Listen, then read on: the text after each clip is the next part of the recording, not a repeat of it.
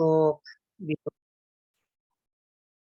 semoga nanti hasil pertemuan-pertemuan kita ini bisa memperoleh kebaikan di kemudian hari, ya kan, untuk Bapak-Bapak Ibu sekalian mendapatkan manfaat sehingga semuanya bisa lulus pretest dengan nilai yang baik begitu ya.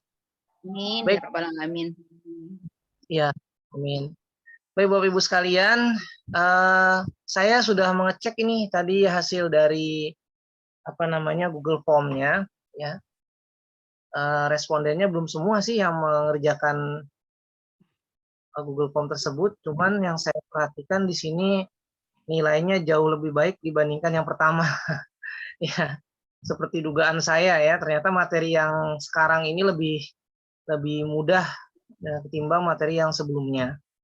Karena memang seperti yang sudah saya sampaikan sebelumnya, untuk materi hereditas itu sebagian banyak di antara kita yang masih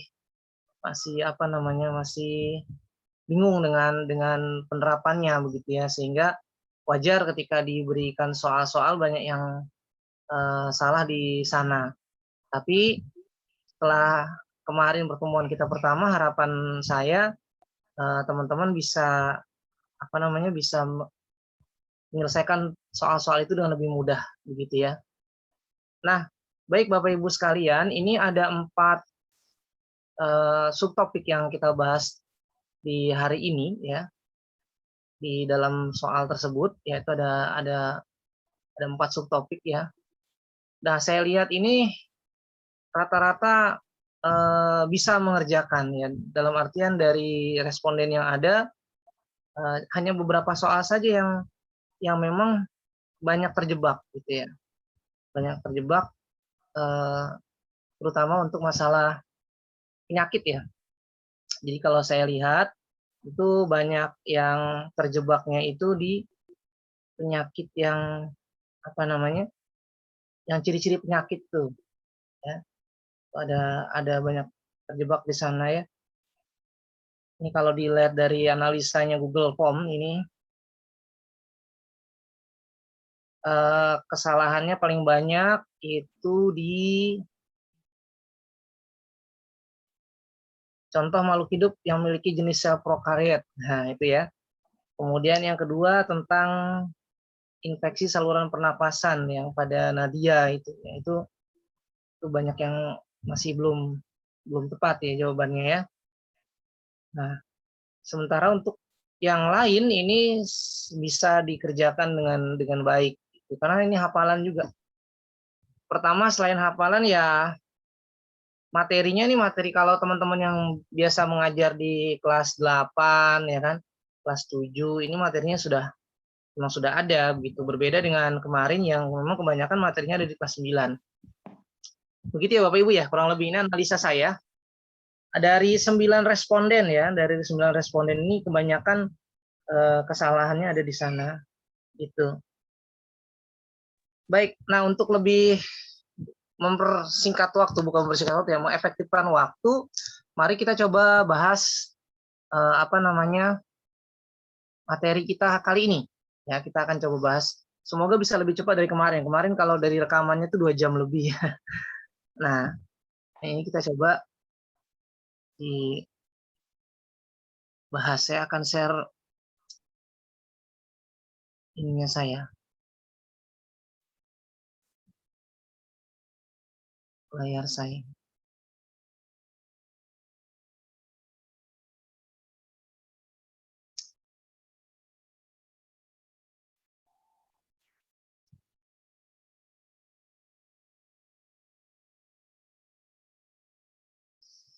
Nah, ini ada soal pembahasan PPG IPA Biologi ya. Soal pembahasan PPG IPA Biologi 2. Sebagaimana yang tadi sudah sama-sama kita lihat ya, bagi teman-teman yang sudah mengerjakan soalnya atau yang sudah mengunduh soal berformat PDF-nya, saya harap bisa bisa mencoba untuk mengerjakan kan. Nah, nanti kita coba sama-sama lihat gitu. Karena ini soalnya hafalan ya, teori, jadi saya yakin mudah. Jadi kalau teori itu sebenarnya tinggal dicongkel-congkel sedikit mudah untuk mengingatnya begitu ya. Nah, ini kita akan bahas satu persatu seperti kemarin ya, seperti kemarin. Semoga bisa ya kan. Ini sudah oke semua ya, teman-teman ya? Sudah 16.27 ya? Sudah, Pak. Sudah, lanjut aja, Pak. Lanjut ya. Oke. Ini kita lihat nomor 1 ya.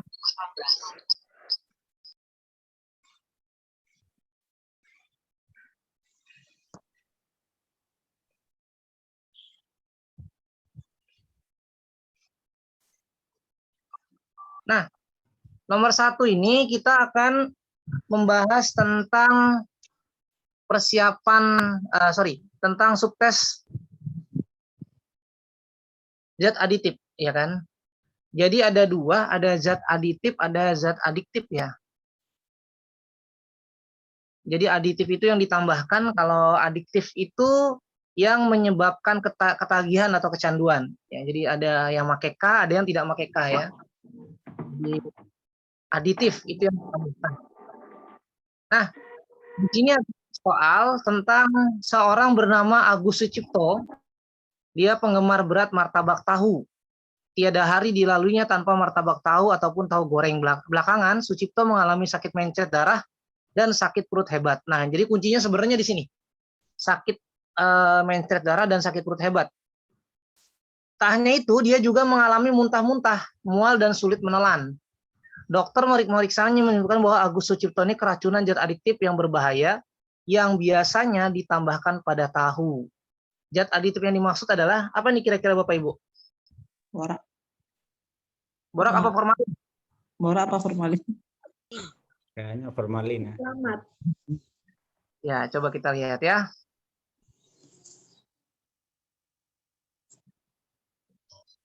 Sebentar, ini kok nggak mau jalan? Nah, ini dia pembahasan. Sorry ya. Ini agak-agak beda dengan di ini. Nah, zat yang dimaksud ini adalah formalin ya. Jadi tujuannya buat apa? Formalin ditambahkan ke makanan, biasanya tahu atau bakso ya, supaya lebih kenyal begitu ya. Tahu-tahunya biasanya lebih kenyal, lebih tahan lama juga. Formalin ini punya dampak ya, dampaknya seperti yang disampaikan di sini, di soal ini. Jadi bisa sakit perut hebat, kemudian mencret darah, muntah-muntah. Maka sangat berbahaya dan penggunaannya dilarang untuk formalin. Ya, jadi dia lebih licin, kelihatannya lebih licin gitu. Baik, selanjutnya soal nomor 2, ini kan lebih mudah ya Bapak Ibu ya. Ini soal nomor 2, ini ada Karmijan ya. Karmijan ini seorang pedagang bakso yang sukses. Karena rasanya enak, baksonya terkenal kenyal sehingga banyak pengunjung yang ketagihan dibuatnya. Tanpa diketahui pembeli, Pak Karmijan menambahkan bahan pemutih keramik. Nah, ini dikasih garis miring ya. Pada baksonya menjadi lebih kenyal. Nah, bahan pemutih keramik yang dimaksud ini apa kira-kira? Oke, Pak. Bahan pemutih. Postek. Postek itu yang ya postek buat pemutih ya. Nah, ini kata kuncinya adalah membuat apa namanya bahan pemutih keramik itu boraks yang dimaksudnya. Jadi boraks ini akan sebagai pemutih keramik. Jadi mirip dengan formalin fungsinya buat membuat dia lebih awet, kemudian lebih kenyal gitu. Jadi kalau Bapak Ibu yang suka makan bakso nih, hati-hati nih Pak, Bu. Kalau baksonya kenyal-kenyal gitu, dipotongnya susah. Nah, boleh jadi dia menggunakan pengawet di sini, gitu ya. Nah, makanya lebih hati-hati dalam memilih makanan dan minuman. Semoga kita bisa terhindar dari itu ya. Masalahnya bakso ini kalau di kami di sini di Pulau Jawa ini makanan favorit. Ya hampir semua orang bakso, apalagi pas bulan kemarin ya. Itu setiap buka puasa pasti baksonya penuh itu diburu orang. Nah, ini sampai nomor 1, nomor 2 aman. Ya karena saya lihat dari analisa soalnya juga alhamdulillah lancar nih untuk yang nomor 1 sama nomor 2 gitu. Oke, sekarang kita ke nomor selanjutnya nih. Nah, bagi bapak-bapak nih terutama yang senang minum cola, ya, cola, ya minuman apa namanya soft drink ya. Bersoda. Iya, yang senang tuh kalau panas-panas kayak sekarang nih biasanya minumannya kalau nggak teh botol gitu kan ya, Coca-Cola kayak gitulah. Pokoknya yang berhubungan sama cola lah, macam-macam mereknya ya. Nah, ini biasanya ditambahkan pewarna, ya karamel. Sayangnya nih ada dampak karamel bagi tubuh manusia. Kira-kira dampaknya apa ya Bapak Ibu ya untuk penggunaan karamel buatan ya ini? Kanker, Kan- kanker. Kanker ya, Iya, kantong kering gitu. Iya, iya. Kanker ya, penggunaan karamel buatan lebih aturan dapat memicu terjadinya kanker. Betul. Karena dia memicu untuk kanker ini bisa tumbuh. Makanya hati-hati banget kita dalam soft drink seperti itu. Yang lebih enak apa nih? Yang lebih enak kita bikin sendiri teh, ya kan? Tehnya ya teh yang asli, kemudian dicampur gula, kemudian kita minum. Nah, itu lebih lebih lebih sehat ya ketimbang kita minuman-minuman soft drink seperti itu ya. Soda, belum lagi sodanya ya. Sodanya juga untuk kesehatan juga kurang baik. Oke, sampai di sini oke ya? Nggak ada masalah atau ada yang mau didiskusikan dulu? Oke, Pak. Oke, alhamdulillah ya kita lanjut. Ini materinya mudah. Nah, ini ada tartrazin. Jika berlebihan dapat berbahaya. Biasanya untuk warna kuning pada jelly ini anak-anak senang banget ya makan-makan jelly gitu ya. Roti-roti ya kan, apa namanya snack-snack begitu ya. Minuman yogurt ya. Ini tartrazin biasanya kalau sayangnya dia punya dampak nih. Kira-kira apa ya yang menyebabkan dia berbahaya? Mungkin Pak Ya. Ya. Melemahkan daya ingat dan konsentrasi anak. Assalamualaikum. Ya. Salam. Ya. Iya, Pak. Oke, kita lihat. Iya, tepat sekali ya. Jadi bisa melemahkan daya ingat dan konsentrasi. Jadi anak-anak sekarang nih, Bapak Ibu mungkin yang mengajar di sekolah ya, kadang kok anak zaman sekarang beda ya dengan zaman dulu gitu. Kalau zaman dulu tuh anak mudah konsentrasi gitu kan. Sekarang kenapa konsentrasi terganggu? Karena ini salah satu penyebabnya. Anak-anak senang banget apa namanya mengkonsumsi makanan-makanan seperti ini, betul ya? Kalau kita lihat tuh. Nah, ini sangat-sangat mempengaruhi daya konsentrasi dan daya ingat. Wajar ketika saat ini ya, belakangan ini anak-anak tuh kalau dikasih pelajaran susah masuknya gitu. Bulan Mei kemarin saya berkesempatan ke Makassar, Bapak Ibu. Ada undangan dari kami pengajar regional Sulawesi. Di sana ada kegiatan. Kebetulan saya punya penerbitan kerjasama dengan Kemendikbud.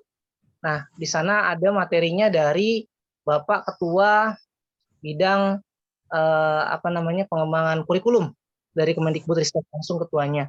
Beliau menyampaikan, jadi kenapa sekarang ada kurikulum merdeka ini saya cerita sedikit ya, karena ini materinya nggak terlalu sulit. Kurikulum merdeka itu sebenarnya memerdekakan guru dan siswa, katanya begitu kan. Banyak sekali teman-teman guru yang masih salah dalam penerapannya, dalam artian targetnya hanya menyelesaikan kurikulum sampai selesai. Padahal indikatornya adalah kemampuan siswa dalam menyerapnya. Nah, beliau juga sampaikan nih, sekarang siswa nggak kayak zaman dulu. Jadi zaman dulu tuh, kan di kurikulum misalnya 5 kali pertemuan, itu siswanya bisa nerima dalam 5 kali pertemuan, betul ya Bu ya? Ya Pak ya. Tapi sekarang itu bisa lebih dari 5 kali pertemuan. Nah, beliau sampaikan targetnya bukan menyelesaikan semua materi, tapi bagaimana siswa ini bisa sampai paham materinya. Misalkan dalam satu tahun itu ada 10 bab. Ternyata sampai akhir tahun hanya terkejar 7 bab, beliau sampaikan. Nah, yang 3 bab itu nggak masalah, mereka bisa belajar sendiri. Kenapa? Karena 3 bab yang belakang yang terakhir itu biasanya sudah tercakup dalam bab sebelumnya pemahamannya. Nah, ini yang beliau sampaikan. Kenapa begitu? Karena memang sekarang ini anak-anak tuh lebih sulit menerima ketimbang anak-anak zaman dulu. Permasalahannya tidak hanya dari pola makan, ya kan? Banyak sekali makanan-makanan yang ditambahkan zat-zat seperti ini. Selain itu juga dengan adanya gadget. Jadi anak-anak lebih fokus ke gadget daripada belajar. Nah, begitu. Ini salah satu penyebabnya ternyata ini ya Bapak Ibu sekalian ya. Baik, kita lanjut ya. Ini ada subtopik yang selanjutnya. Tadi zat adiktif, sekarang zat adiktif ya, yang menyebabkan kecanduan.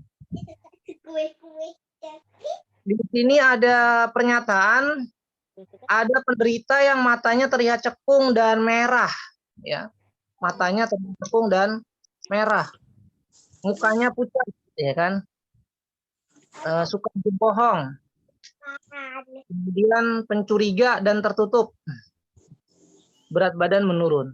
Nah, pertanyaannya adalah pengaruh fisik pada orang pengguna zat adiktif psikotropika yang benar ditunjukkan oleh nomor berapa ya? C. Fisik ya. 1, 3, dan 5. Oke, ini ada fisik, ada psikis. Ya. Tapi ternyata jawabannya 2 dan 4 ya. 2, 4 ya. Kemudian benar lagi nih. Benar 3 dan 5. Karena 2 dan 4 itu 2 dan 4 ini lebih ke psikologi ya, maaf Ibu ya. 2 dan 4 ke psikologi, dia berbohong gitu ya. Kemudian pencuriga dan tertutup itu lebih ke psikologi. Nah, ini biasanya ada di soal ujian nasional ya, Bapak Ibu ya. Cuma sekarang kita nggak ada ujian nasional ya, adanya AKM. Soal-soal seperti ini ada di ujian nasional. Kita lanjut ya. Ini nanti sesuai dengan subtopiknya tentang gangguan yang disebabkan oleh zat adiktif. Nah, ini saya perbesar dikit. Gangguan dampak negatif yang ditimbulkan oleh merokok. Apa nih kira-kira Bapak Ibu? 3, 135. 1, 3, 5. Gagal dalam apa ya? 1, 3, dan 5 ya, gangguan pengikatan oksigen oleh darah ya. Jadi dia gagal oksigennya mengikat darah. Kenapa? Karena ada gangguan tadi, nikotin tadi ya, salah satu penyebabnya. Iya, makanya berdampak seperti itu. Dan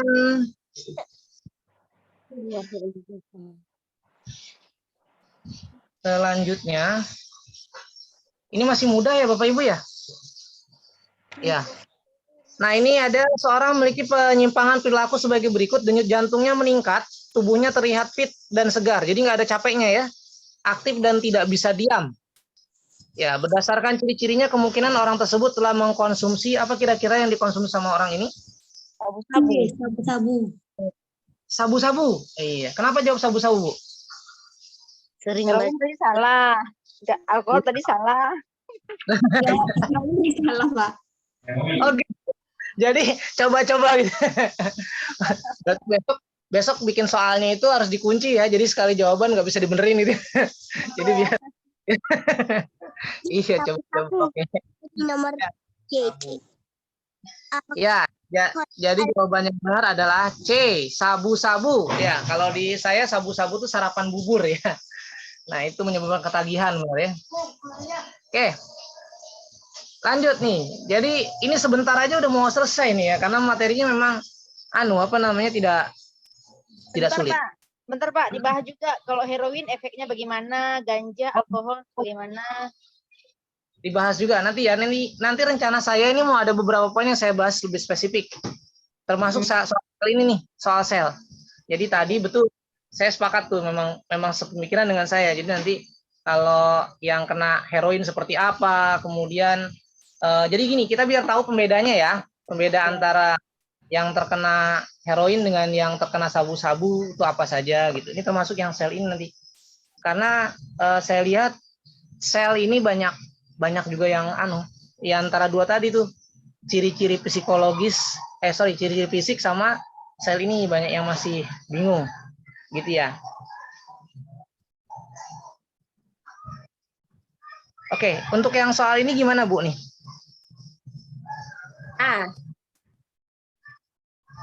A itu Pak. Ya.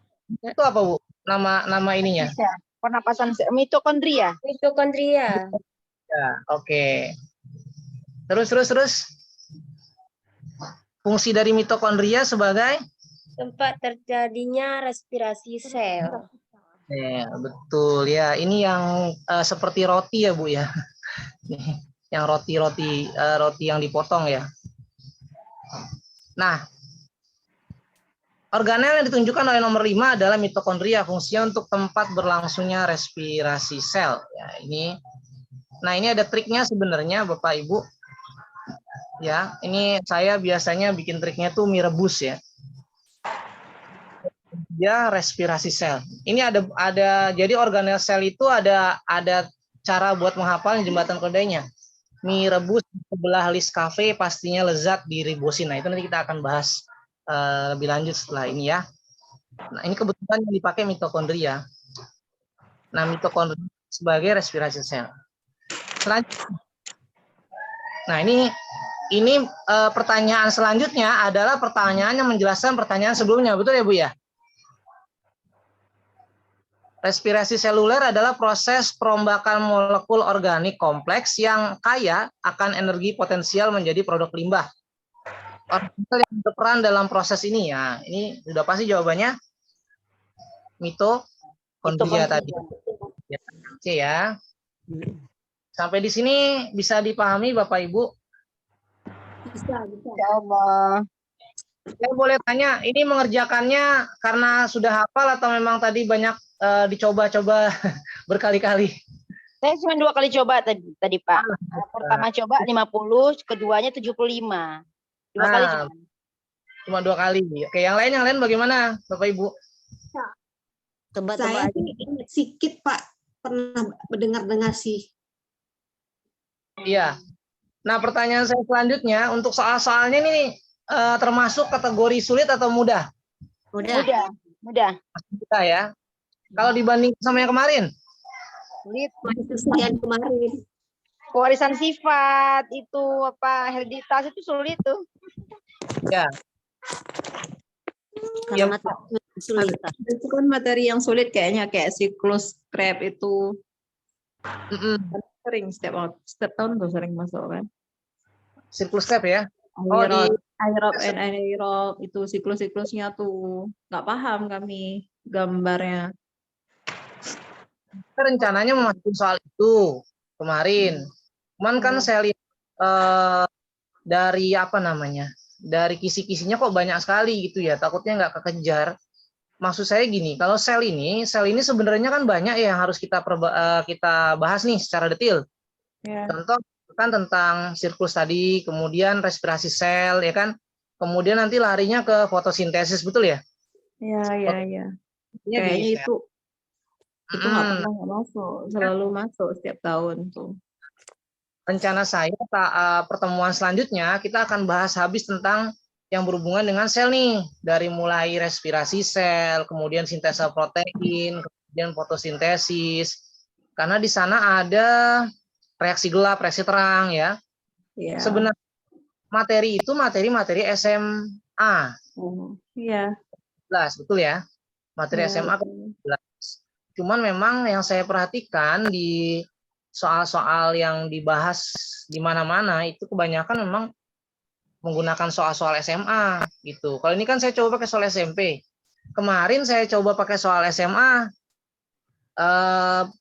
ternyata memang banyak yang masih lupa ya, bukan nggak dikuasai, lupa, sehingga masih banyak yang ini ya, termasuk tentang apa namanya evolusi ya. Teori-teori evolusi pun Ibu juga lupa ya kemarin tuh. Evolusi dan asal-usul kehidupan, betul ya?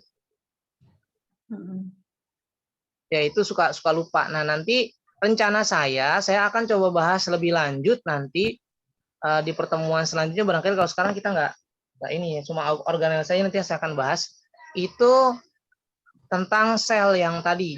Ya, kenapa? Karena di situ lumayan tuh Bapak Ibu, soal-soalnya lumayan menantang lah ya di respirasi sel terutama tadi ya. Kan di situ ada reaksi gelap, reaksi terang, kemudian di situ juga nanti respirasi aerob itu ada prosesnya ya, mulai dari pembentukan glukosa dan sebagainya, begitu ya, pemecahan glukosa dan sebagainya itu ada prosesnya. Nah, itu yang kita akan bahas ada glikolisis, begitu ya Bu ya? Glikolisis itu di mana, hasilnya apa? Biasanya kan pertanyaan begitu ya? Iya Pak. Di Habis itu dari gambarnya itu tuh kita nggak paham. Kita analisa gambar. Jadi nanti kita coba bahas tentang itu ya. Oke. Ya, anggap aja ini pemanasan ya. Jadi soalnya mudah ini. Ini sekelas UN soalnya sebenarnya. Nggak terlalu sulit. Baik, ini kita coba lanjutkan ya. Ini saya cuma ambil per item itu 4 sampai 5 soal Bapak Ibu. Jadi kisi-kisinya ya 4 sampai 5 soal. Setelah ini sebenarnya materinya nggak terlalu, yang saya lihat tuh ya di kisi-kisi nggak terlalu sulit sebenarnya. Memang poin-poin yang tersulitnya itu adalah tentang sel, organel ya. Kemudian hereditas, dan satu lagi ya teori asal-usul kehidupan itu dengan evolusi yang saya lihat. Kalau yang ini kan sebenarnya hafalan, dan saya yakin teman-teman masih hafal karena ini materi yang biasa kita apa namanya, kita bahas di sekolah, betul ya? Masih nggak terlalu sulit ini. Baik, nah ini yang selanjutnya. Ini ada fagositosit. Fagositosit itu organelnya apa ya kira-kira?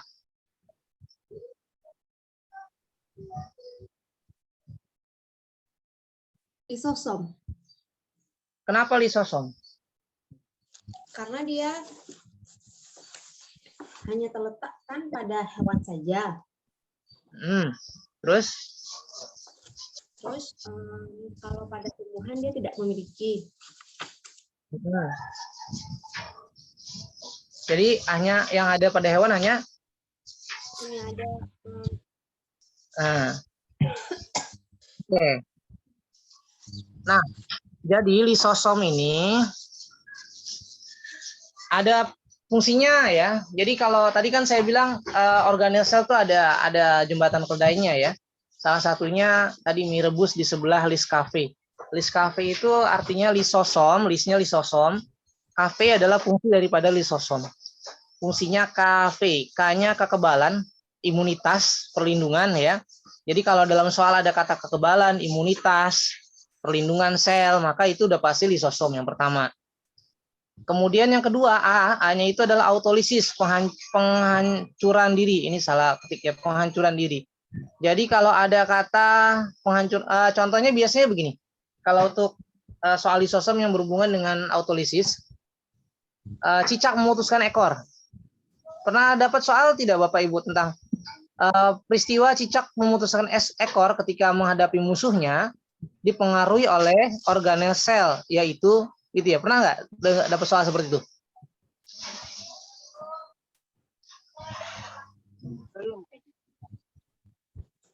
Ini soal sekelas UTBK dan ujian mandiri. Ujian mandiri perguruan tinggi negeri biasanya. Itu ada soal tentang cicak memutuskan ekor. Nah, itu organel yang berperan apa? Nah, di situ jawabannya lisosom. Kenapa? Karena dia punya kemampuan menghancurkan diri. Autolisis, begitu ya. Nah, yang soal ini adalah fagositosit atau menelan atau menghancurkan benda asing.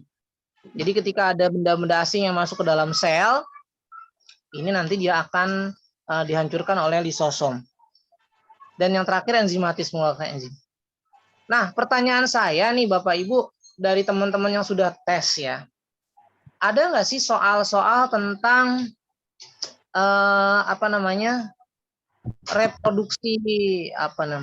reproduksi sel ya, maksudnya yang berhubungan dengan virus. Kan di situ ada virus tuh ada lisis dan lisogenik, itu hubungannya dengan sel dia nanti dimasukkan ke dalam sel tuh bagaimana virus itu bisa bisa menginfeksi sebuah sel itu dengan dua metode lisis dan lisogenik. Jadi ada nggak kira-kira soal seperti itu ya? Saya sih belum pernah nemu sih, cuma kalau yang lain barangkali pernah ada kabar-kabar begitu. Tingkat SMA mungkin Pak. SMA ya.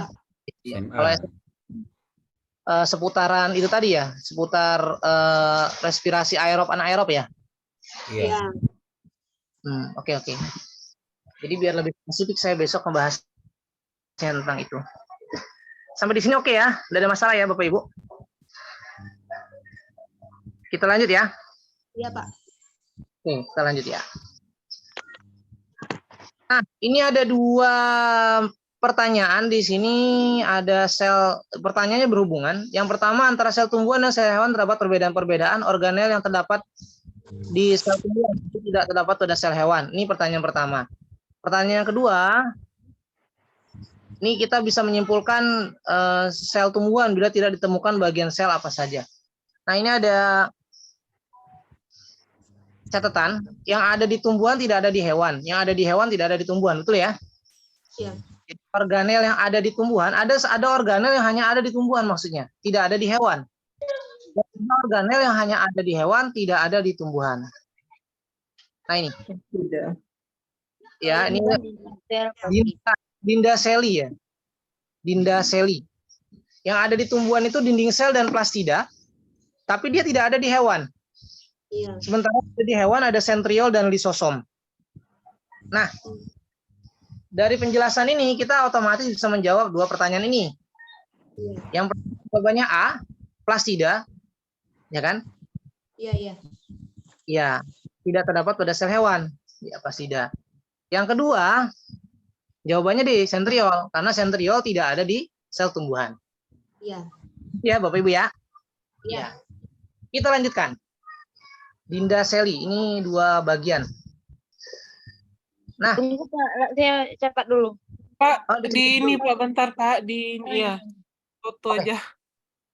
boleh, boleh. Saya screenshot. Nanti kan di-share juga Bu ini jawabannya Bu. Iya. Ada YouTube-nya ya Pak. Di di PDF, nanti saya buatkan PDF dari PPT ini, saya buatkan PDF-nya. Iya boleh. Tapi enggak apa-apa sih kalau mau dicatat-catat biar lebih nempel begitu ya. Ya betul. Karena kadang-kadang kalau nggak dicatat kita ini suka lupa ya. Yang namanya juga umur ya, kita sudah berumur semua. Baik, kita lanjutkan. Ya, ini ada tentang sel ya, prokariot dan eukariot ya. Oke. Aisyah mengalami penyakit rabun jauh di mana penglihatannya terganggu sehingga harus menggunakan kacamata minus. Gangguan penglihatan pada mata Aisyah termasuk ke dalam organisasi kehidupan tingkat apa Bapak Ibu? Organ. Tingkat apa? Organ. Ya, ini sudah ada ya. Mata dalam organisasi kehidupan merupakan bagian dari organ. Jawabannya C. Nah, yang selanjutnya ini tadi contoh makhluk hidup yang memiliki sel prokariot ini tadi banyak yang salah di sini. Ya, sel Iya. prokariot. Iya, ini penjelasannya. Jadi organisme itu ada dua. Kita ingatkan kembali ya. Ada prokariot dan eukariot. Sel prokariot ini tidak memiliki organel karena dia tidak memiliki membran inti. Intinya prokariot tidak memiliki membran inti sehingga dia tidak punya organel sel. Ya, atau organel lain membatasi ruangan dalam sel. Sebaliknya, sel eukariot ini memiliki berbagai organel sel. Jadi termasuk manusia ya. Membran inti mitokondria, kloroplas. Nah, ini semuanya ada. Nah, di sini penjelasannya, hewan, tumbuhan, jamur, dan protista, organisme yang terdiri dari sel-sel eukariot. Yang prokariot tidak bermembran inti, itu bakteri, alga, ya, itu termasuk termasuk prokariot. Maka jawaban yang tepat dari pertanyaannya adalah bakteri dan ganggang hijau. Ganggang hijau nama lainnya alga ya, alga ganggang hijau, ganggang. Begitu. Kenapa di sini terus ganggang hijau? Karena tujuannya menjebak. Biasanya kalau orang berpikir ganggang hijau ini adalah ganggang alga yang mirip dengan tumbuhan, betul ya? Kenapa ganggang hijau termasuk alga yang mirip tumbuhan? Karena dia memiliki bisa berfotosintesis. Tapi dia tidak punya membran sel, makanya dia disebutnya prokariot. Begitu kira-kira ya Bapak Ibu. Ini mau dicatat juga boleh? Biar ingat tuh prokariot sama eukariot. Apa gitu ya.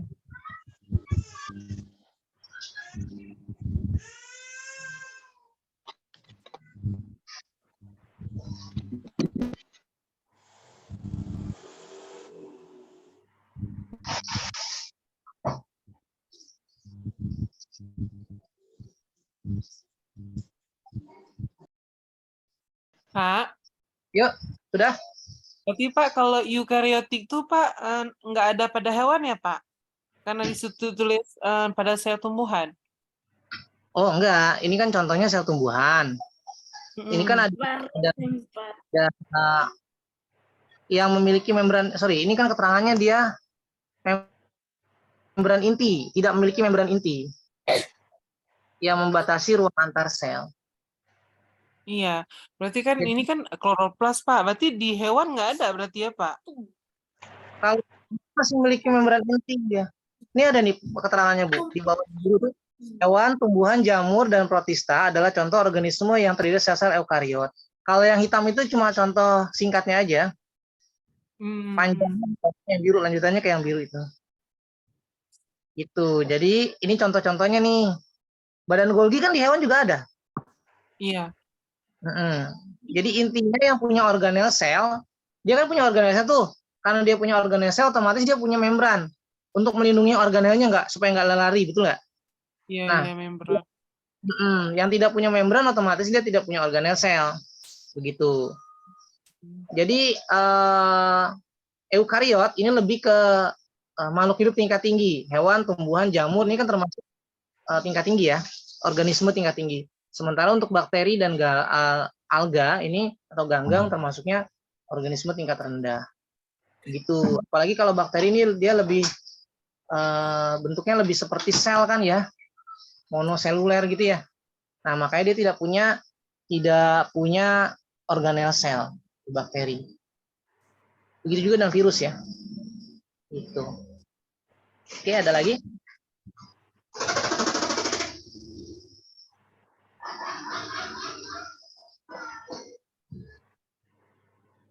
Lanjut. Lanjut, Pak. Oke, kita lanjut ya. Nah ini mudah banget nih ya. Ini sebenarnya materinya materi selanjutnya, cuma masuk ke sini nggak apa-apa lah. Tapi tadi gini, ini soal mudah, tapi saya lihat banyak yang salah juga. Ya, ini banyak yang menjawab D. Ada beberapa yang menjawab D. Benar ya? Yang benar apa?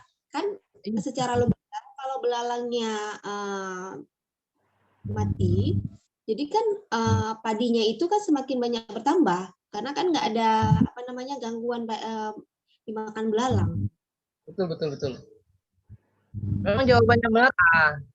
Ini tadi saya perhatikan ada beberapa teman-teman yang menjawab D karena terkecoh ya. Jadi untuk soal seperti ini kita perhatikan baik-baik yang berkurang yang mana, ya kan? Kalau dia berkurang, otomatis yang dia makan itu bertambah, betul ya?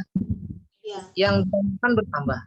Nah, yang memakan dia, ya predatornya dia itu berkurang. Kenapa? Karena makanannya berkurang, otomatis dia bersaing dengan yang lain. Kan ada ular.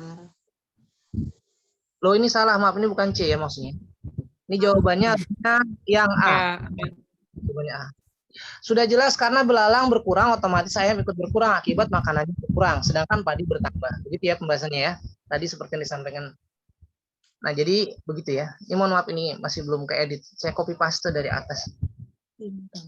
Oke, ini lambung. Lambung itu apa aja ya Bapak Ibu? Enzim yang dihasilkan di lambung. Pepsin, terus apa lagi? Tripsin ya Pak? Tripsin. Lipase. Tripsin setelah lambung. Lipase. Lambung itu. Lipase setelah lambung juga di usus. HCl. Nah, ini ya. Ini coba saya kasih penjelasan. Enzim pada lambung, Bapak Ibu ingat aja kalau kena penyakit mah. Perih. Pepsin, renin, dan HCl. Itu kita ingat P3, pepsin P3. Pepsin mengubah protein menjadi pepton. Pepsin, pepton. Gitu ya. Jadi jawabannya C ini udah ketahuan ya. Renin itu mencerna kasein atau protein susu. Sedangkan HCl membunuh kuman, mengasamkan makanan. Atau disebut asam lambung. Nah, ini mesti daripada ini boleh dilihat, boleh. Nanti kalau kita ngajar di kelas bisa dipakai nih. Kalau tadi tripsin, kemudian lipase itu adanya di usus halus ya. Adanya tela, tripsin, lipase dan amilase. Kalau amilase tuh Pak mesti di hewan ya Pak? Enggak juga, manusia juga punya. Jadi Enggak amilase ya? ada di 2 tempat, Bu. Iya, Ada- iya kan ada di usus ya Pak? Ada di usus dengan di mulut kita. Mulut. Di Iya. mulut. Iya, di mulut. Jadi petialin itu amilase. Oh, Yang iya, iya, iya. Halo. jadi Yang tungunya tuh ya Pak? jadi kalau kita kunyah nasi itu kan manis tuh. Iya, iya. Iya, karena memang diubah oleh amilase ya. Jadi dari apa namanya protein ya, sorry bukan protein ya, karbohidrat ya, karbohidrat menjadi gula. Gitu. Berarti di usus dan di mulut ya Pak? Betul. Ada di usus dan di mulut. Usus halus ya, dan di mulut. Iya, iya Pak. Ya. Fungsinya tetap sama, mengubah apa namanya? Petialin. Iya, bukan petialin, mengubah karbohidrat menjadi glukosa, gula. C6H12 itu diubah. Nah, proses pengubahannya nanti itu ada di sel, Bu. Di respirasi aerob itu. Respirasi aerob kan merombak tuh ya. Dan ya, jadi energi toh. Jadi C6H12O6 itu diubah jadi CO2 H2O plus energi. Itu adanya di respirasi aerob di dalam sel. Prosesnya glikolisis ya kan, kemudian dekarboksilasi oksidatif, kemudian siklus stage, dan terakhir transfer elektron. Gitu. Itu nyambung, ke situ nyambungnya. Nah, ini makanya materi ini dijadikan satu nih, ada organ, ada sel gitu. Sebenarnya kalau kita menarik benang merahnya itu dari sana. Karena nanti ada pembahasan lebih lanjut. Nah, protein itu kan ada protein di sini. Protein menjadi peptid begitu ya. Nanti ketika dia masuk ke usus halus kan peptidnya diubah tuh oleh tripsin. Tripsin kan fungsinya mengubah peptid menjadi asam amino. Gitu ya. Nah, asam amino itu didapatkan sebenarnya prosesnya lewat yang namanya sintesa protein. Sintesa protein itu nanti materinya ada di tadi tentang sel tadi, gitu, sintesa. Kan proses dalam sel itu ada 2 tuh, ada katabolisme, ada metabolisme kan? Iya. Ada metabolisme perombakan, metabolisme penyusunan. Ini sebenarnya materi SMA sebenarnya. Iya, Gitu. iya Pak. Jadi di metabolisme itulah ya terjadinya perombakan-perombakan ini. Gitu. Kalau anabolisme menyusun tadi apa namanya yang tadinya berpisah ya, kita menghirup oksigen gitu, nanti diubah menjadi energi dan sebagainya. Itu nanti kita akan bahas lebih spesifik. Kalau memang ada request seperti nanti saya bahas di pertemuan selanjutnya. Kita khusus membahas tentang itu metabolisme sel. Kemarin saya mau coba keluarkan itu, cuma khawatirnya kayaknya takutnya terlalu berat, coba yang ini dulu gitu. Nanti saya lihat responnya. Kalau responnya oke, kita bahas tentang metabolisme. Karena itu banyak pembahasannya sih lumayan sebenarnya. Ya, kita coba. Dari tahun ke tahun keluar itu ya, Bu? Iya Pak. Malah Pak kan panjang lagi soalnya tuh Pak. Ada protein, pepsin, tripsin kayak gitu Pak. Jadi kami kayaknya pernah sih baca, cuman karena banyak satu option tuh Pak. Pepsin, tripsin lengkap kayak gitu Pak, satu yang opsi itu. Jadi kami kayaknya peptin atau kayak mana ya kayak gitu. Ini terus karena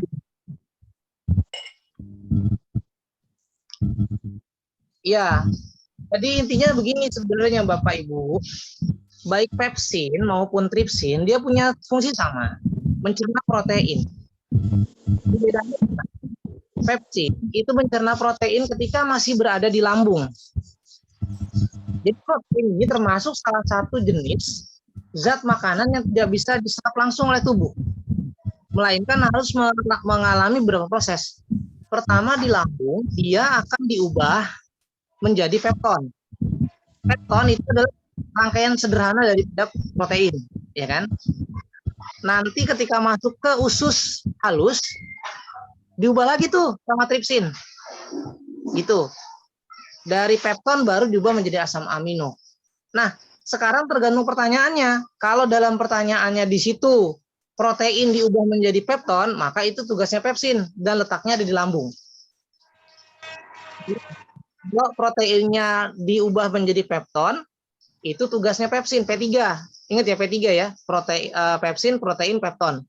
Letaknya di lambung. Sedangkan kalau protein itu diubah menjadi asam amino, misalkan dalam soal organ yang berfungsi untuk mengubah protein menjadi asam amino. Nah, ya kan? Untuk mencerna protein menjadi asam amino, nah sudah pasti itu jawabannya usus halus. Kenapa? Karena dari protein menjadi asam amino itu tugasnya daripada tripsin. Kalau pertanyaannya begini, organ pencernaan yang berfungsi mencerna protein adalah jawabannya 2, lambung dan usus halus. Gitu. Kalau ditanya enzim pencernaan yang bertugas untuk mencerna protein, jawabannya juga 2, pepsin.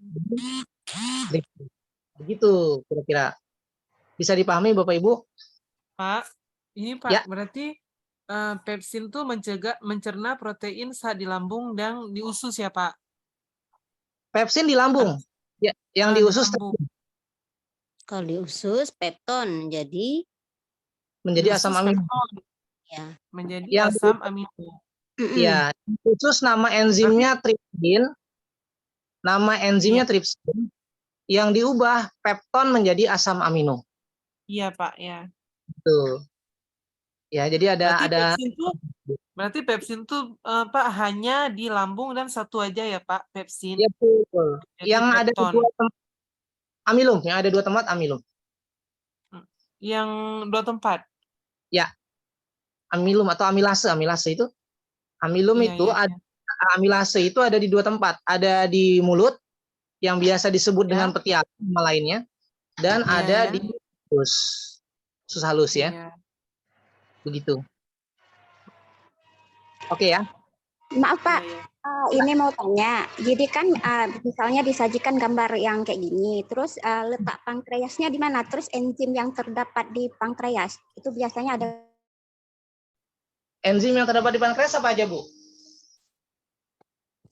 enzim Itu letaknya di mana, Pak? ini. Itu pankreas tuh di belakang lambung tuh, Bu. Ah, ini saya perbesar ya. Nah, itu di belakang lambung itu pankreas. Insulin ya Pak? Apa saja kira-kira, Bu? Itu hormon, apa beda hormonnya?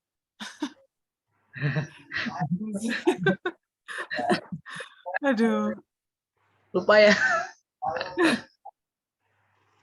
Ya. Jadi gini.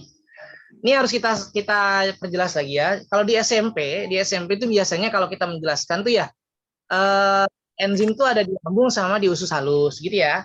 Tapi enzim yang berada di usus halus itu sebagian dihasilkan oleh pankreas. Jadi pankreas menghasilkan enzim, kemudian digunakannya di usus halus. Prosesnya gitu. Nah, pertanyaannya, enzim yang di pankreas apa? Maksudnya gini, enzim yang dihasilkan pankreas dan digunakan di usus halus, itu apa? Kan gitu ya? Apa, Bu? Lipase Pak ya? Tripsin. Bu. Kata di lambung ya Pak? Kalau lipase adanya di usus halus, ya. Tripsin itu adanya dia itu di pankreas, tapi dikeluarkan di usus halus. Itu maksudnya dikeluarkan di pankreas, digunakan di usus halus, maksudnya begitu. Ibaratnya gini, Saya dikeluarkannya di Bekasi, tapi saya kerjanya di Aceh misalnya, gitu ya. Nah, si tripsin begitu, yang mengeluarkannya pankreas, bekerjanya di usus. Usus halus. Itu enzim apa namanya ya, Pak? Apa tuh, Bu? Namanya apa itu, Pak? Enzim apa misalnya? Yang tadi Tripsin. itu? Tripsin. Tripsin.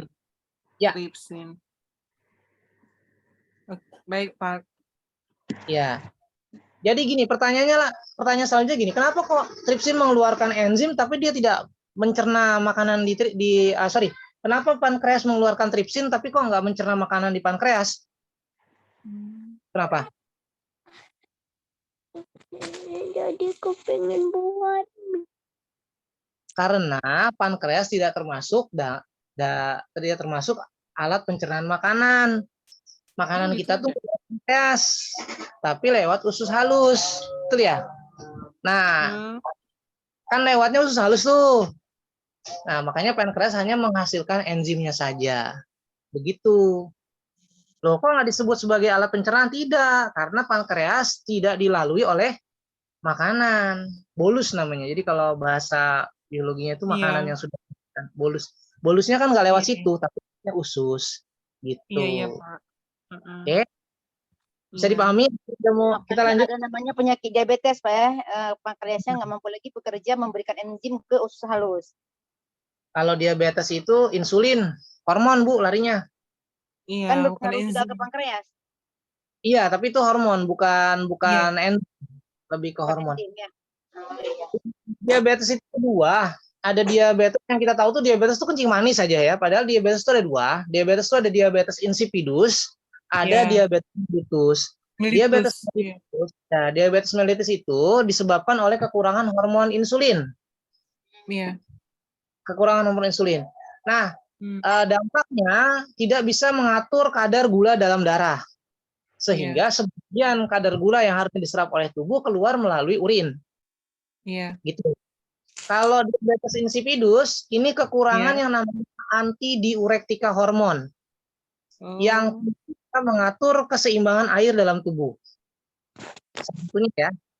Maka ketika orang kekurangan ADH ini, dia akan menyebabkan penyakitnya apa tuh? Penyakitnya kalau bahasa sini disebutnya beser, kencing mulu gitu ya. Poliurinaria. Jadi kebanyakan pipis. Itu terjadi kenapa nih? Udara dingin. Ya kan? Kafein. Kopi. Biasanya kalau kita habis minum kopi itu pengennya pipis mulu kan ya. Nah, itu salah satu penyebab kurangnya hormon antidiurektika yang ada dalam tubuh kita. Gitu. Jadi diabetes ada dua ya. Diabetes mellitus dan diabetes insipidus. Yang berbahaya yang mana? Ya mellitus berbahaya. Kalau yang insipidus tidak terlalu berbahaya ya, karena dia cuma kebanyakan pipis saja. Paling dehidrasi kalau dia kurang minum. Bapaknya sudah kebukanya tadi. Kita lanjut ya. Iya, Pak. Ini Oke, ini soal ini banyak yang salah, banyak yang terjebak. Teman-teman menjawabnya tulang rusuk dan otot diafragma sebagian, betul ya? Ya, Pak. Ya, Pak. Jadi saya ingatkan kembali Bapak Ibu, pernapasan ada dua. Pernapasan dada dengan pernapasan perut. Oke. Pernapasan dada itu menggunakan otot interkosta, otot antar tulang rusuk. Jadi poin nomor 5. Sedangkan pernapasan perut menggunakan otot diafragma. Poin nomor 4. Jadi bukan tulang rusuk, tapi otot antar tulang rusuk. Loh, kenapa bukan tulang rusuknya yang menggerakkan paru-paru? Tidak. Kalau kita belajar sistem gerak, alat gerak, tulang itu adalah alat gerak pasif yang dikendalikan oleh otot sebagai alat gerak aktif. Maka bisa bergeraknya tulang rusuk pada saat kita respirasi, napasan dada adalah karena digerakkan oleh otot antar tulang. Betul jawabannya. Jadi jawaban yang tepat adalah 4 dan 5. Iya, jawabannya 4 dan 5. Alasannya kenapa? Karena itu tadi. Ya, Jadi bukan rusuk yang digerakin, tapi kan kita bernapas rusuknya bergerak, betul. Kalau kita tarik napas rusuknya terangkat, betul. Tapi yang menggerakkan tulang rusuk adalah otot. Kan alat gerak aktif ya, otot. Gitu. Oke. Bisa dipahami ya, Bu? Nih. Pak diulanglah sekali lagi. Oke, ulang sekali lagi ya. Penjelasannya ya. Pernapasan itu ada dua. Mekanismenya ada dua. Pernapasan dada dan pernapasan perut.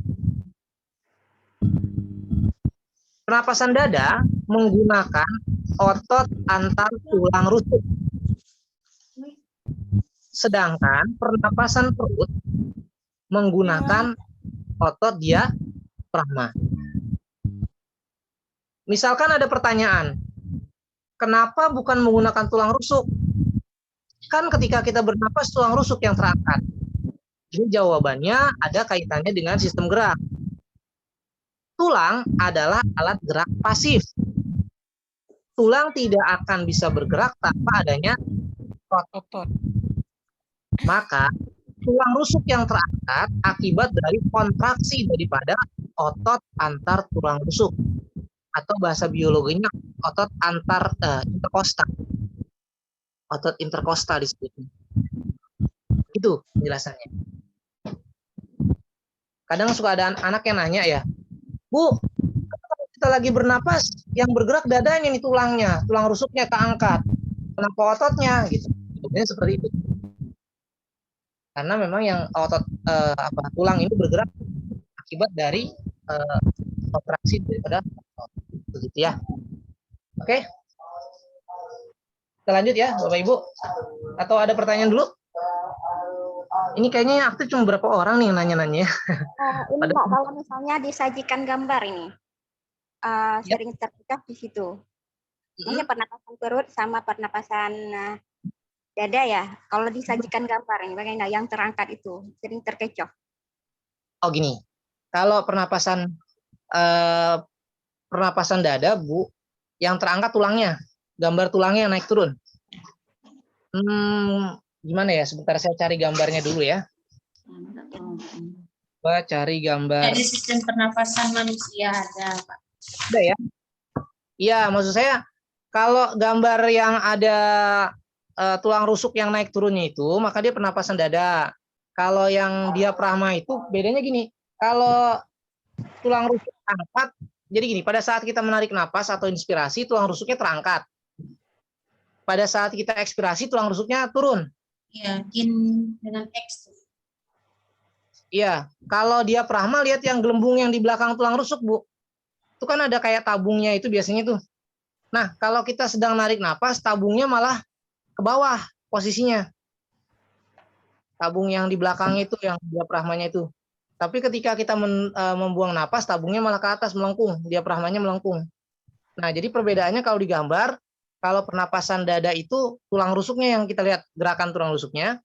Naik itu berarti dia tarik napas, turun berarti buang napas. Kalau diafragma, ketika dia mendatar, berarti itu narik napas, ketika dia melengkung posisinya, itu buang napas. Begitu. Bisa ada gambaran nggak kira-kira? Bisa, Pak. Ya, ada gambarannya. Biasanya kan kalau gambarnya itu gambar tulang rusuk, terus di belakangnya itu kayak ada semacam ya gambar tabung gitu ya, yang melengkung gitu ya. Nah, yang gambar tabung itu diafragma, di depan sudah pasti tulang rusuknya, gitu. Oke, boleh nanti kalau ada soal bisa di-share di grup, bisa kita coba bahas lebih lanjut ya. Ini karena waktunya batas juga nih. Lanjut lagi. Atau masih ada yang mau ditanyakan? Boleh?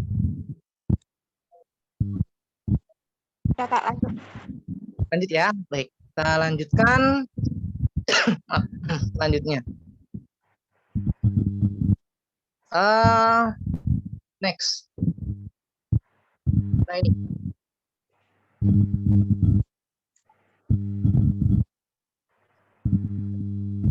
Nah, dia mengalami penyakit kronis pada saluran pernapasan. Ini sengaja nih opsinya ya, ada polip, sinus, Gejalanya ini otot antar saluran pernapasan kaku. Jadi, nah kata kuncinya sebenarnya di sini nih, Bapak Ibu. Saluran pernapasan tersebut, kira-kira penyakitnya Asma. Jadi kalau saluran pernapasannya menyempit, itu adalah penyakit asma. Ya, sinus lebih di hidung ya. Tadi ada yang jawab sinus juga tuh. Nah, kalau sinus itu lebih di hidung. Kalau asma, dia sudah jelas. Jadi perbedaannya begini. Kalau saluran pernapasan orang normal tuh bentuknya kan seperti tabung bulat. Rongganya bulat. Kalau yang kena penyakit asma, dia rongganya seperti bintang begitu, Bu. Terus Jadi kalau yang bukan seperti bintang bentuknya karena ada penyempitan. Gitu. Makanya dia susah untuk bernapas. Biasanya dipicu oleh udara dingin. Itu bedanya rongga. kalau polip dengan sinus yang bedanya apa, Pak? Polip ya, hampir sama sebenarnya ya, cuma dari gejalanya aja sih. Ini di hidung ya. Gejalanya beda. Iya, Dua-duanya di hidung kan, Pak? Polip sama sinus tuh di hidung semua. Kalau polip itu kan dia lebih ke apa ya? Ada benjolan gitu loh ya. Jadi kalau Iya, Pak. ya, jadi kalau sinus itu kan dia radang ya. Pada dinding sinus jadi ada radang. Jadi ada apa ya namanya? Ada benjolan dalam hidung. Dua-duanya sama-sama di hidung memang. Cuma gejalanya aja yang beda. Yang satu itu ada benjolan tumbuh kayak apa ya? Kalau di luar tubuh dia seperti kutil gitu ya, dia tumbuh gitu di dinding saluran pernapasan di hidung. Kalau sinus itu dia radang. Radang tuh berarti lebih ke luka. Gitu. Oke? ya, Pak. Kita lanjut ya. Iya, Pak. Nah, ini ada dua penyakit di sini ya. Asep mengalami gejala seperti ini. Demam, kram perut, nyeri perut sebelah kanan. Nah, Bapak Ibu perlu digaris bawahi.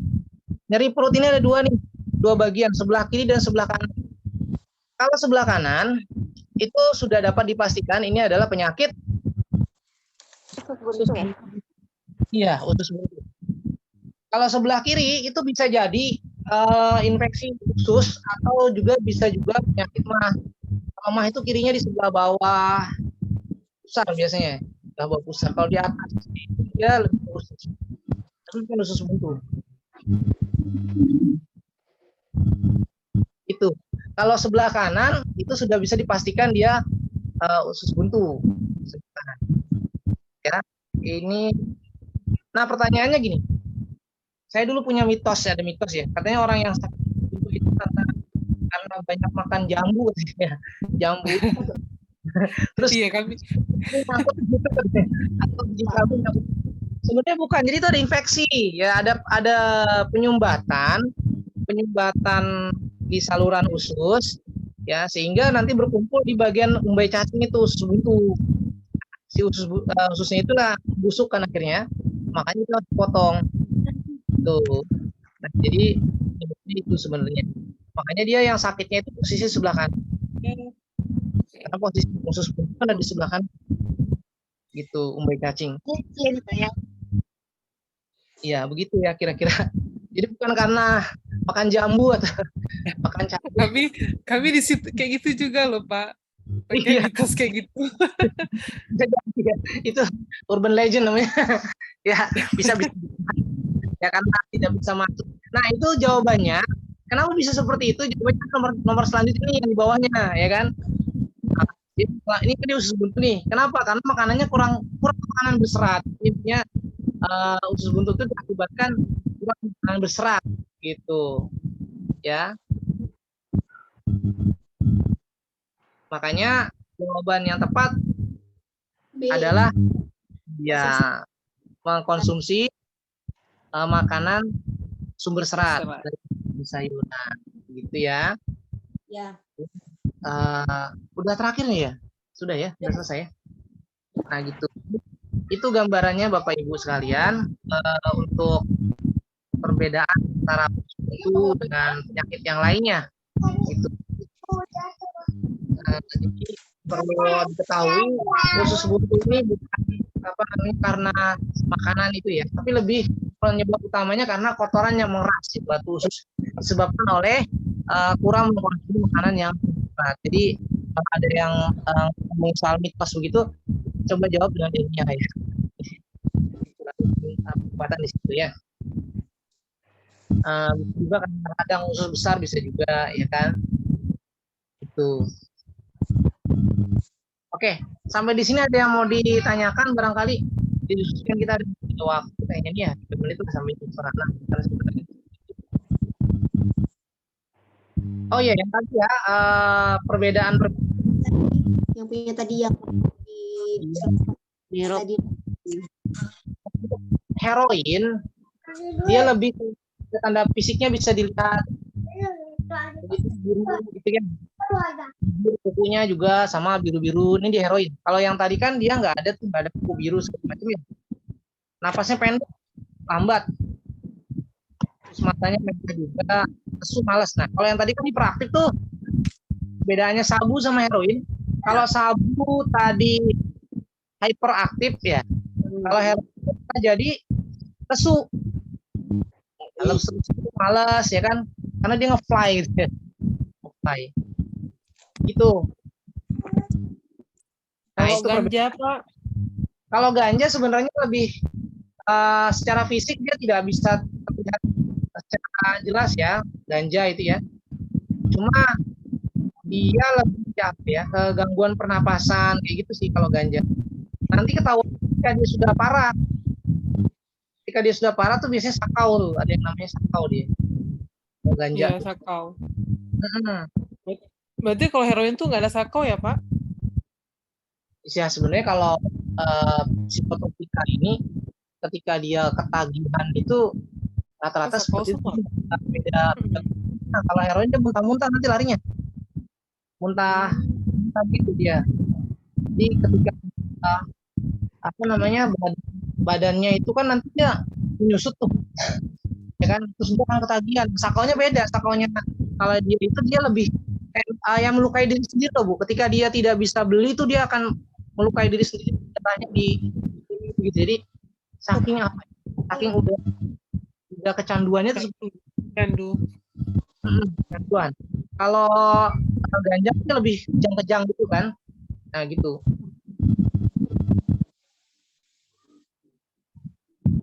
Perbedaannya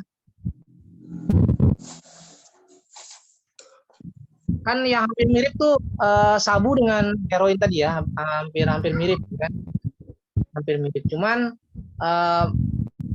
dia lebih ke aktivitas. Kalau sabu tadi dia lebih hyperaktif gitu. Kalau untuk apa namanya heroin dia malah jadi lemas gitu kan. Nah, gitu. Nah kalau ganja dia lebih apa ya? Lebih ke ciri fisik dia apa ya? Reaksinya lambat gitulah, intinya mah matanya juga merah juga, demam gitu. Ini dan terakhir nanti bisa sakau itu yang agak ngeri secara fisik ya. Jadi dia lebih seringnya apa ya? Nggak sakit ya. Terus ngerasa lebih berani gitu kan ya. Terus dia juga kadang-kadang juga ada kalau kenapa orang pakai ganja ini kebanyakan dia untuk menambah keberaniannya dia. Dia mudah marah, nggak ada rasa takut kan dia kan.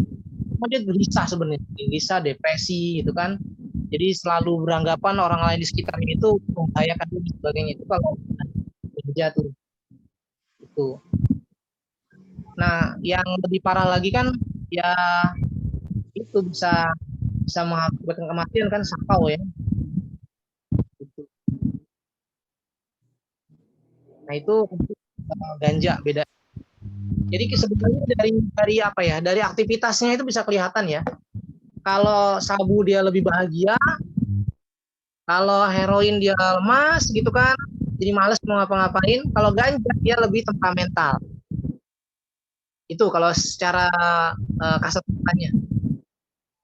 Kuncinya ada di situ.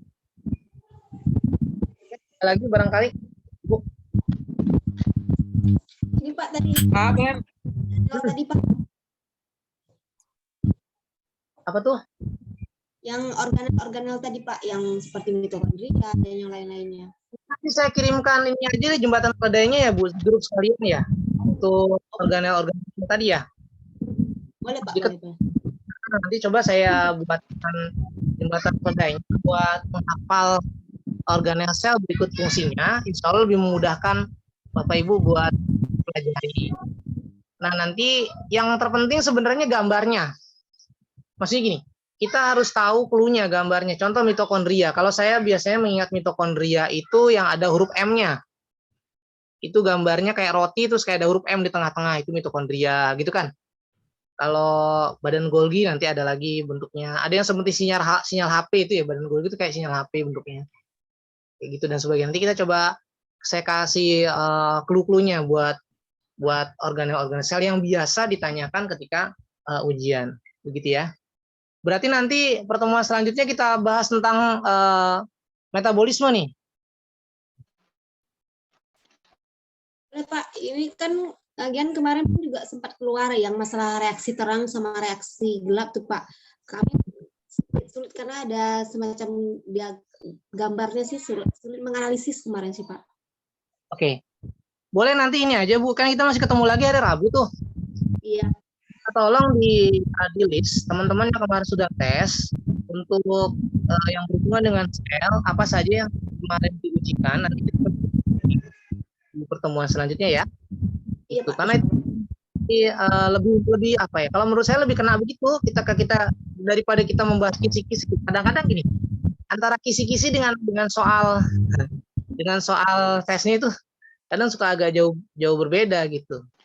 Kisi-kisinya ke situ, soalnya kemana gitu ya. Itu agak-agak jauh berbeda. Makanya coba minta tolong nanti kalau ada itu bisa kita bahas. Nggak apa-apa, kita bahas. Jadi metabolisme ya. Jadi metabolisme itu meliputi reaksi gelap, tadi reaksi terang, kemudian sintesa protein tadi ya. Kemudian yang tadi yang segala macamnya, tempat terjadinya, hasilnya. Kemudian juga siklus-siklus itu ada siklus Krebs. Ya. Kayak gitu. Kalau untuk daur-daur bagaimana Bapak Ibu? Kan itu ada daur nitrogen, daur hidrogen itu perlu dibahas nggak? Kalau saya suka keluar tuh yang gitu. Perlu sih Pak. Ya kan, itu kan ada tuh daur nitrogen kan yang bakteri nitrit, nitrat, nitrosokomposit loh.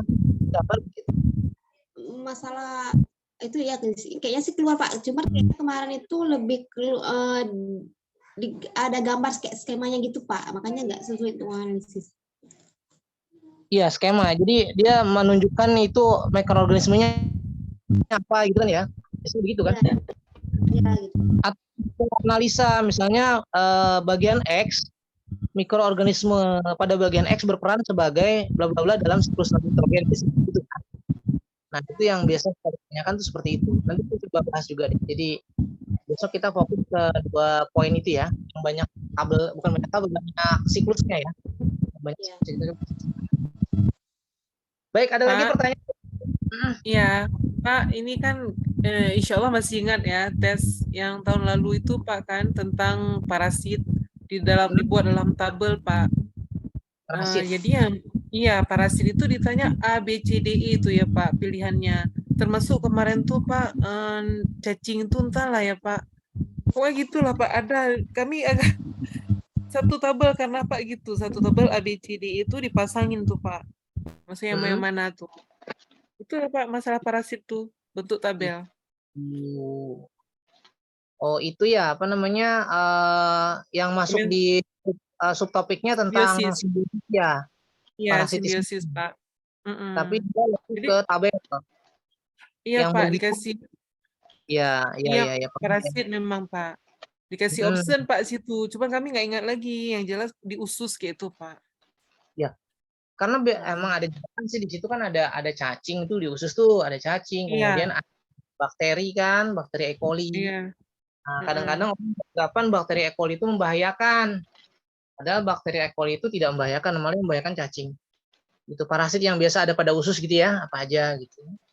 Iya, boleh itu ya, tapi simbiosis yang satu merugikan atau yang satu yang satu dirugikan oleh yang lain gitu ya. Itu kalau nggak salah ada 2 Iya. tuh di Iya anu Pak, pasangannya gini Pak, komen parasit kayak gitu Pak.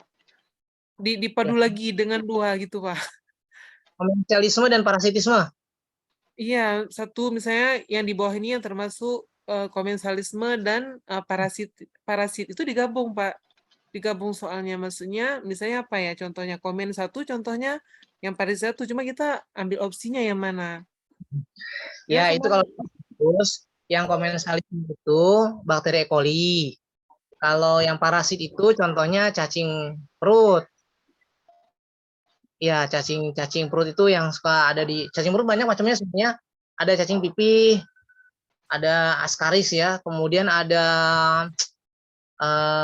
planaria, ada ini apa namanya?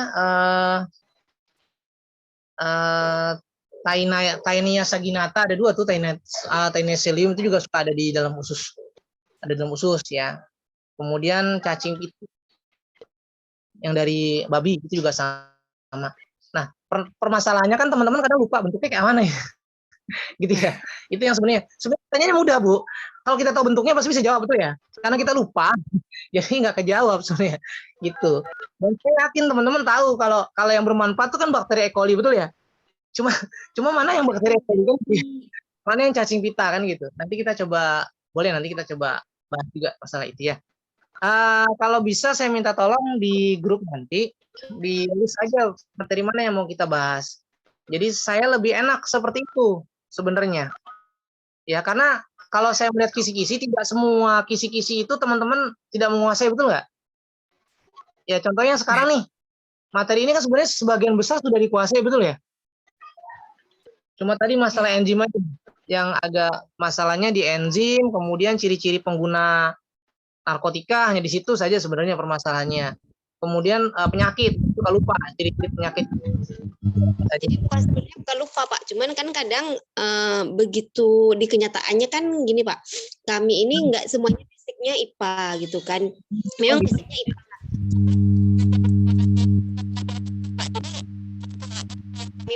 Peroleh ketika kuliah itu lupa jadinya, jadi ketika masuk ke sekolah begitu lulus nggak pure ngajar IPA, jadi ya namanya kita kan juga guru bakti Pak, jadi apa dikasih sama sekolah gitu, jadi makanya agak lupa semua Pak yang materi-materi pelajaran IPA-nya. Iya juga Bu, saya juga ngajarnya macam-macam, saya ngajar bahasa Indonesia, saya ngajar, tapi alhamdulillah saya kan di bimbel ya, jadi saya masih pegang IPA di bimbel. Kalau di sekolah tuh pernah ngajar bahasa Indonesia, ngajar yang matematika juga. Memang begitu, kadang kalau nasib honorer ya, saya kan honorer nih di sekolah, tapi ya begitulah, kita terima aja ya. Makanya saya supaya ilmunya nggak hilang tuh, saya ngajar di bimbel. Kalau nggak di bimbel hilang ilmunya, nanti nggak kepake gitu ya. Baik, nanti gini, saya coba buatkan materi sesuai dengan permintaan teman-teman ya, mana materi. Kemudian juga disesuaikan dengan kisi-kisi, gitu, sesuai dengan kisi-kisi. Sebenarnya materi untuk pertemuan ketiga sudah ada dengan kisi-kisi, cuman kita lengkapi lagi dengan materi yang tambahan tadi. Contohnya metabolisme sel ya, di dalamnya ada reaksi gelap, reaksi terang gitu ya. Kemudian juga tadi tentang komen dan parasit itu berbentuk gambar, nanti kita coba bahas juga gitu ya. Mudah-mudahan tahun ini juga keluar juga ya kan, ini keluar begitu. Nah, untuk yang soal kali ini memang kita buat bukan semudah ya, mudah sebenarnya, soalnya mudah karena baca sebentar kita sudah bisa langsung hafal beberapa poin. Tapi yang saya garis bawahi itu beberapa poin yang memang teman-teman sering lupa, gitu. Makanya kita tadi agak gitu. Itu aja dari saya ya. Ada lagi yang mau didiskusikan Bapak Ibu sebelum kita akhiri nih?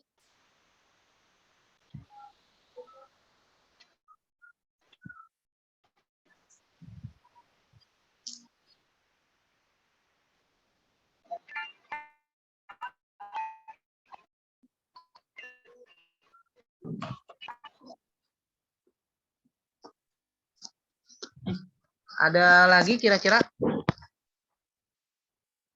Kayaknya udah jelas sedikit lah Pak. Sekarang udah jelas, besok lupa lagi.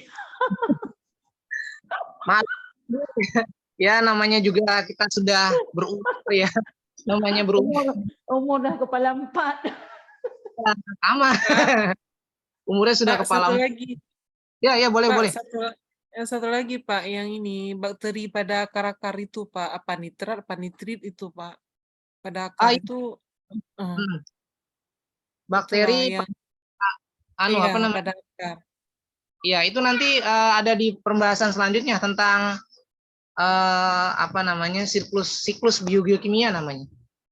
Oh, Ya, biokimia. jadi Ini lagi Pak, siklus suksesi yang ada primer pada Pak. pada tanah, kemudian siklus daur nitrogen, daur apa namanya, daur air, itu semua ada di sana. Gitu. Suksesi berarti lagi nanti saya Pak, lebih fokus ke suksesi sana ya. primer. Sebenarnya materi selanjutnya itu dia kebanyakan ya yang saya lihat tentang apa namanya, daur-daur tadi, kemudian juga tentang simbiosis ya. Ini saya sudah buat soalnya sebenarnya tentang simbiosis, cuma sebenarnya nggak terlalu ini sih tentang simbiosis. Cuma nanti kita coba buat lebih ke tabel ya, tabel. Ya intinya saya menyesuaikan dengan requestnya teman-teman. Kita mau bahas nih, yang kita mau bahas simbiosis ya, kemudian apalagi tadi tentang sel ya, memperdalam tentang sel ya ke depannya. Nah, monggo silakan nanti kalau teman-teman ada referensi soal tahun lalu yang mau dibahas, tulis saja format soalnya seperti apa. Kemudian tentang ekologi nih ya, tadi yang tentang apa daur-daur yang ada pada apa namanya lingkungan ya, daur biokimia namanya. Nanti kita akan bahas tentang itu. Nah, di luar itu nanti silakan teman-teman tulis di grupnya, di WA grup, nanti kita akan bahas ya di pertemuan selanjutnya. Adapun soal yang nanti saya share ini kan sudah jadi soalnya, nggak apa-apa, ini buat latihan. Nanti kita lebih bahasnya ke materi yang di request tadi. Bisa diokekan nih teman-teman? Iya, iya Pak, diokekan sih, ya. cuman sedikit Nah, lagi jadi Pak kalau itu bisa. barangkali buat apa namanya pertemuan kita kali ini gitu ya. Mudah-mudahan ada manfaatnya. Ya harapan saya sih bisa setidaknya mengingatkan kembali teman-teman tentang apa yang pernah kita pelajari waktu dulu kuliah gitu ya. Walaupun sebenarnya sudah banyak sebagian kita lupa gitu, karena ada teman-teman yang ngajarnya nggak ngajar IPA dan sebagainya. Kalau boleh tahu rata-rata ngajarnya apa nih Bapak Ibu? Prakarya. Prakarya, TK, seni budaya, matematika, bahasa daerah. Jadi gado-gado Pak ngajarnya. Sampai PS juga pernah, kemudian juga berarti ya Pak ya, apa yang dikasih. Apalah ya, aja. Sekarang di literasi saya juga tulis ya, ikut komunitas dan juga di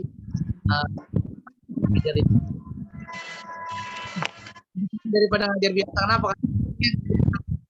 Kurang minat dengan seperti itu. Beda dengan Ibu ini ya, nanti minta tolong di kan kalau besok kita jadi tulisnya ingat, besok saya bisa materinya.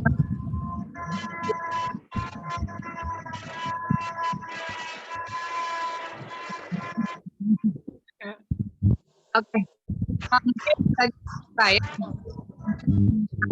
terima kasih waktunya ini. Semoga gabung nanti bisa gabung di waktu ya di kemudian pertemuan terakhir kita di hari Jumat insya Allah ya, nanti kita akan ini dibahas. Silakan di request saja di WA, nanti kita bahas secara umumnya Saya lebih suka seperti itu sebenarnya gitu. Kemarin saya pikir teman-teman yang mau request Pak, yang mau bilang seperti itu. Ya kalau saya isi kemudian yang bahas sebenarnya kan cuma kita lupa aja sih. Baik, itu aja dari saya, Bapak Ibu. Terima kasih atas waktunya. Mohon maaf segala kekurangannya. Semoga hari ini ada hikmahnya, bisa kita kan bisa untuk kita untuk nanti dulu selanjutnya ya, supaya teman-teman jalan saja. Terima kasih, selamat sore.